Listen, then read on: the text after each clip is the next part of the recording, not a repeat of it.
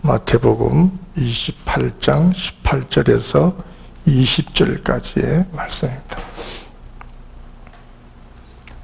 다 찾으셨습니까? 우리 52페이지 있는 마태복음 28장입니다. 우리 많지 않기 때문에 한 목소리로 같이 한번 읽겠습니다. 시작. 예수께서 나와 말씀하여 이르시되 하늘과 땅의 모든 권세를 내게 주셨으니 그러므로 너희는 가서 모든 민족을 제자로 삼아 아버지와 아들과 성령의 이름으로 세례를 베풀고 내가 너희에게 분부한 모든 것을 가르쳐 지키게 하라.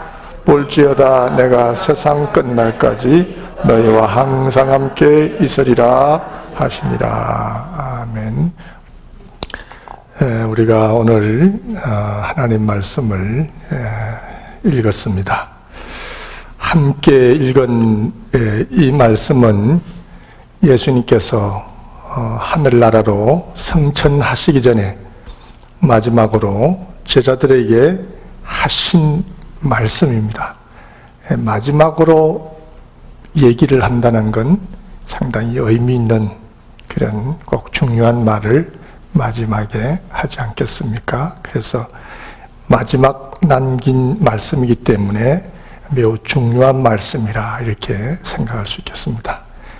이 말씀은 제자들이 해도 되고 안 해도 되고 이런 것이 아니고 반드시 해야만 하는 예수님의 지상 명령이고 마지막 명령이었습니다. 그 명령이 무엇이었냐면 제일 먼저는 가라 하는 겁니다. 선교의 역사는 가는 데서부터 시작됐습니다. 아펜셀러와 언더우더 선교사님들이 우리 한국에 왔기 때문에 우리가 예수님을 영접하게 되고 오늘 이렇게 훌륭한 신앙인으로 살아가고 있는 것 같습니다.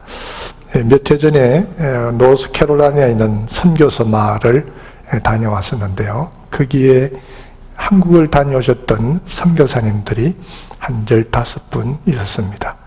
그 중에 한 분은 소록도에서 나환자들을 위해서 선교하다가 오신 분도 있고 또 순천 애양원에서 근무하시면서 선교하신 분도 있고 강릉에서 50년간 살면서 선교 활동하신 분도 있고 연세대병원에서 물리치료사로 일하시면서 선교하신 분도 있고 또 한국의 외국인 학교 교사로 근무하면서 선교 활동하신 분도 있고 또 부모님이 한국 선교사였기 때문에 한국에서 태어나신 분도 있고 이분들이 다 한국에서 교회를 세우고 또 학교를 세우고 병원에서 근무하면서 그렇게 복음을 전했던 분들입니다. 이분들은 다 전도 대상자를 향하여 갔기 때문에 또 우리나라로 왔기 때문에 우리가 또 그분들의 말씀을 또 그분들의 은혜를 입고 훌륭한 신앙을 전수받지 않았는가 이렇게 생각합니다. 간다는 것은 대단히 중요하고 만난다는 것은 대단히 중요하다는 것을 생각하시고 여러분들도 복음의 전도의 대상자를 향하여 가시고 또 만나시기를 바랍니다. 여러분들 어떤 남자분이 군에 가서 열심으로 애인에게 편지를 썼습니다. 제대할 무렵에 그 여자가 이제 결혼을 하게 되는데 그 애인이 정작 결혼을 한 사람은 매일 편지를 보낸 그 사람이 아니고 매일 편지를 전달한 누구와 결혼을 했다? 우체부와 결혼을 했다는 거죠. 그러니까 이 중요한 것은 매일매일 얼굴을 본다는 것, 만난다는 것이 그만큼 중요하다는 뜻이 되겠습니다. 여러분들도 예수님께서 하신 말씀을 따라 가라 하셨기 때문에 복음을 들고 찾아가시고 또 만나시기를 바랍니다. 여러분들의 마음속에 어떤 전도의 대상자 한 번쯤 찾아가서 한번 복음을 전할까 하고 생각하는 분이 있으면 생각으로 거치지 마시고 가셔서 또 만나시고 주의 복음을 전하시는 여러분들 꼭 되시기를 바랍니다. 두 번째는 제자를 삼으라는 말씀이죠. 제자 삼다는 것은 굉장히 중요한데요. 제자는 스승을 통해서 배우게 됩니다. 윌트 헬릭슨이라고 하는 분이 그의 책에서 즉 제자는 태어나는 것이 아니라 만들어진다라는 그런 책을 썼는데요. 이런 글을 썼습니다.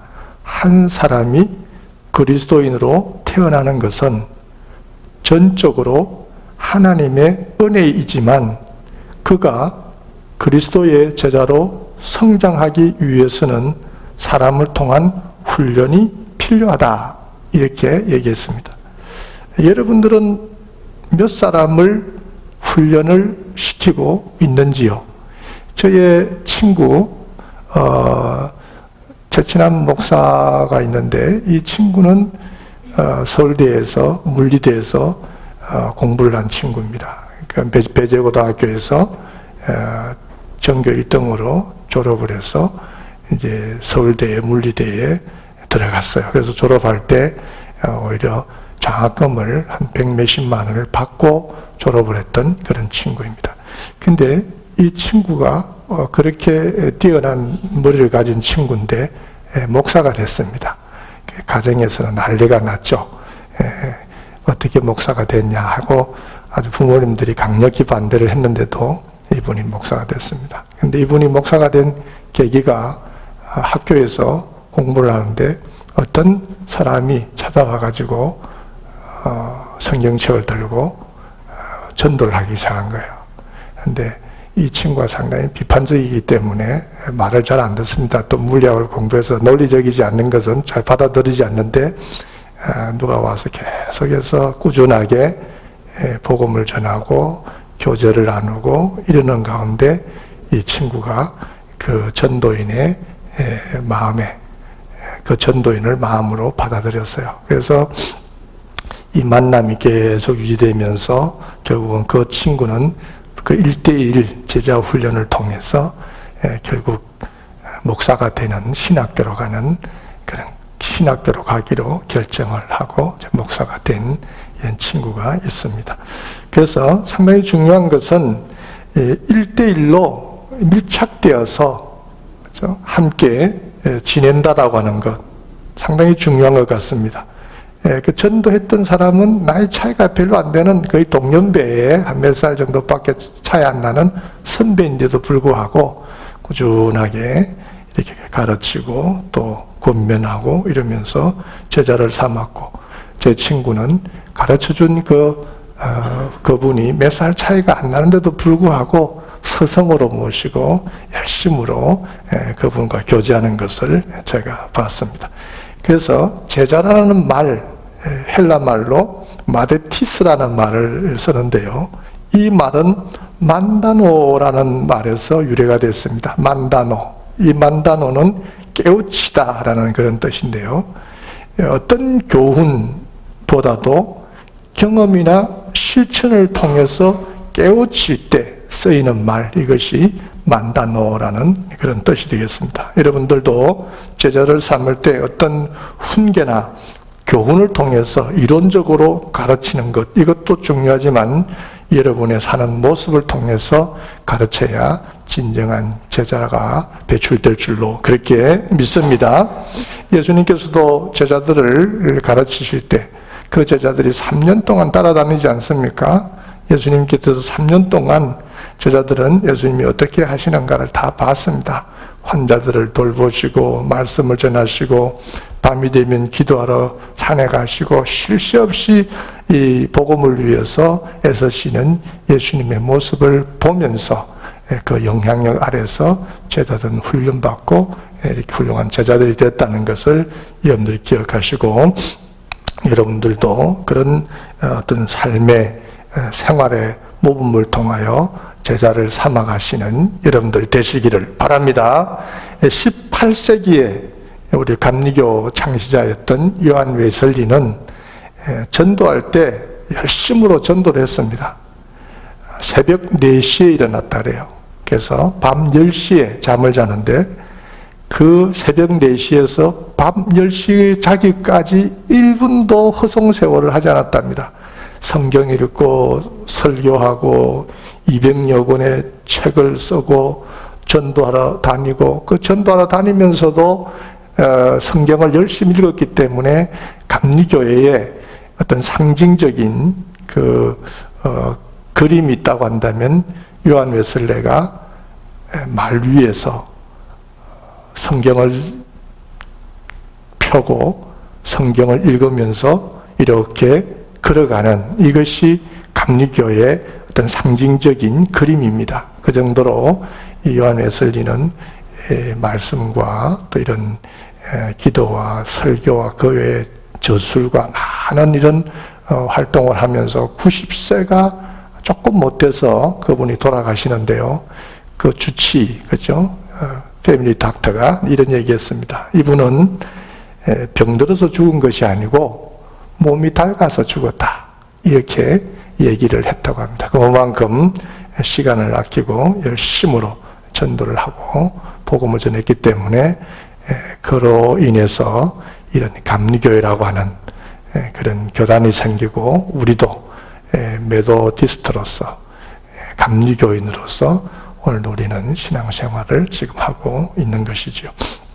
그래서 여러분들, 이런 훌륭한 믿음의 사람들이 그 예수님의 삶을 본받아서 그렇게 열심으로 살아갔기 때문에 그 또 새로운 제자를 삼고 또 새로운 제자를 삼고 그랬던 것처럼 여러분들의 삶의 아름다운 모습을 통하여 제자 삼는 여러분들이 꼭 되시고, 여러분들의 자녀들도 제자를 삼으시고, 심지어는 여러분들의 아내이든지 심지어는 여러분들의 남편조차도 여러분들의 삶을 담기를 원하는 그런 제자 삼는 여러분들이 꼭 되시기를 바랍니다.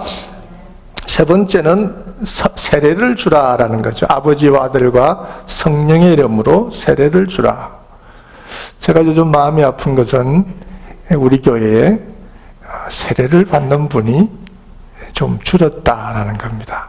지난 성탄절에는 또 우리 박영주 성도님도 세례 받으시고 엘린 세례를 받고 너무 감사. 이번엔 또 우리 박성현 성도님께서 세례를 받으시고, 그래서 참 제가 감사드립니다만은 이전에는 세례 받는 사람이 많았어요.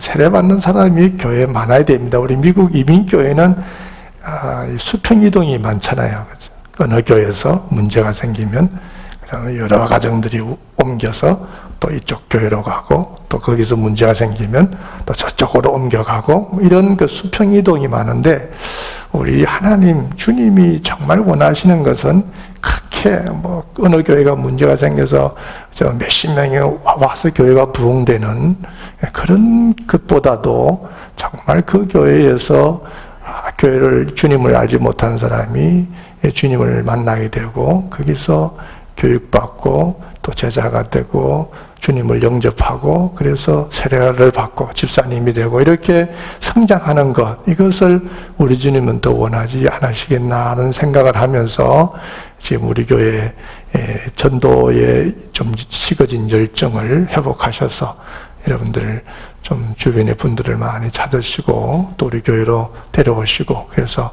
우리 교회가 열심으로 부활절 때, 성탄절 때 많은 분들이 세례받는 주님이 기뻐하시는 그런 교회가 되어지기를 원합니다.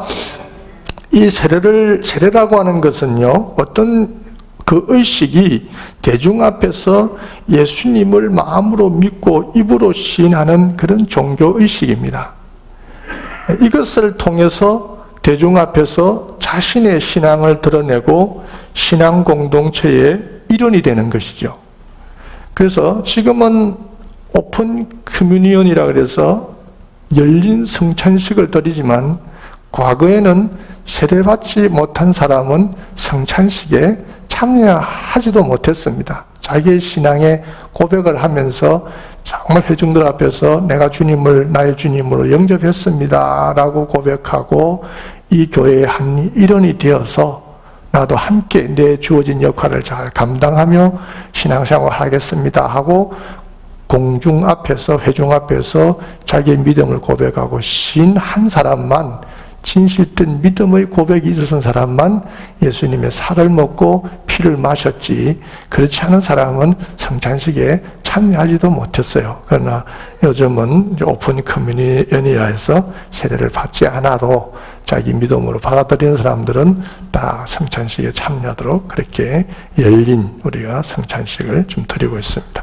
어쨌든 세례를 주라라고 하는 것은 그 전도한 사람, 또 전도된 사람, 그 사람이 교회를 와서 그냥 출석만 하고 왔다 갔다 하는 것이 아니라 그 사람이 교회 안에서 정말로 예수님을 만나고 주님을 영접하고 훌륭한 신앙인으로 자기 신앙을 고백하면서 그런 교회의 훌륭한 일원이 되어 살아가도록 하라라고 하는 그 뜻인 줄로 우리가 생각을 하고, 우리 교회도 전 세례를 많이 주는 그런 교회가 되어지기를 위해서 함께 기도하시고 또 그 일을 위해 노력하시는 여러분들 되시기를 바랍니다.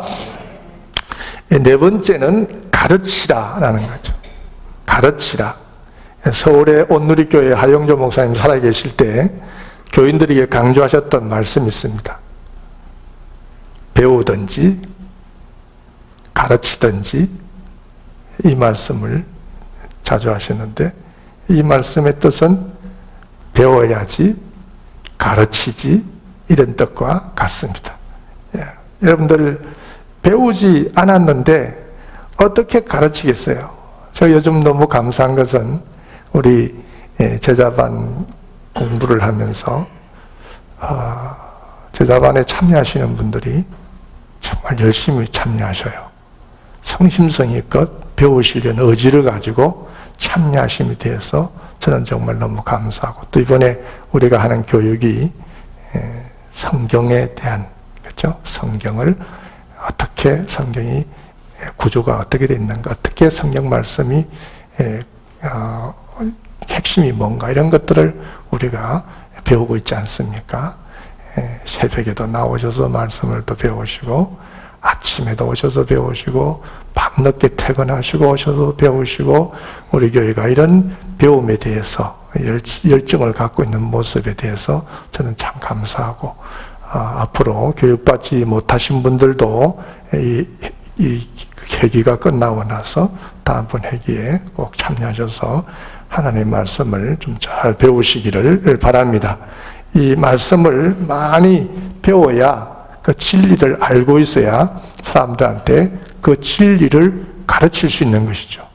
베드로나 사도 바울이나 또 이런 성경을 쭉 보면 그분들이 가지고 전하고자 하는 그 핵심이 있어요.